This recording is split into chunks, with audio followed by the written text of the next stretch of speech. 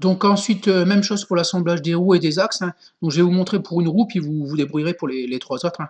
Donc tout simplement, comme d'habitude, vous faites insertion composant depuis un fichier, voilà. Vous insérez une roue, donc vous allez chercher dans le dossier, comme tout à l'heure, locomotive roue, voilà.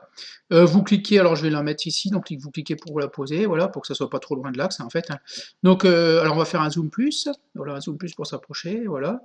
Donc ce qu'on va faire, c'est que on va dire en fait tout simplement. Alors pareil, je clique dans le blanc d'abord, hein, contrainte, voilà. Donc je dis ce cylindre là, voilà. Donc je l'ai cliqué, il apparaît ici, hein, avec le cylindre intérieur du trou là, voilà, intérieur, concentrique, et je valide, voilà. Alors ensuite, je vais être obligé de déplacer un petit peu la pièce, hein, voilà. Et je vais dire tout simplement, alors je clique dans le blanc, alors ça je valide, je clique bien dans le blanc.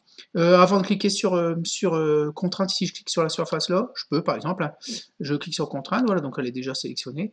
Je clique ici, voilà, sur cette face-là, et je dis coïncide, et je valide, voilà. Donc en fait, les roues sont en bout, voilà. Donc alors, elles peuvent toujours un petit peu bouger, voilà, un petit peu bouger comme ça, voilà. Et alors, on va pouvoir faire un réglage entre cette face-là et la face intérieure de la roue, mais on fera ça un petit peu plus tard, hein. Voilà, je vous montrerai un petit peu plus tard. Donc voilà, maintenant, je fais zoom au mieux.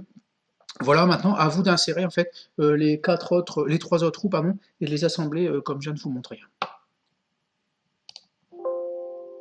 Alors bien sûr, il faut pas oublier d'enregistrer, hein, donc vous cliquez oui, c'est pour reconstruire, voilà. Donc voilà pour le travail à réaliser.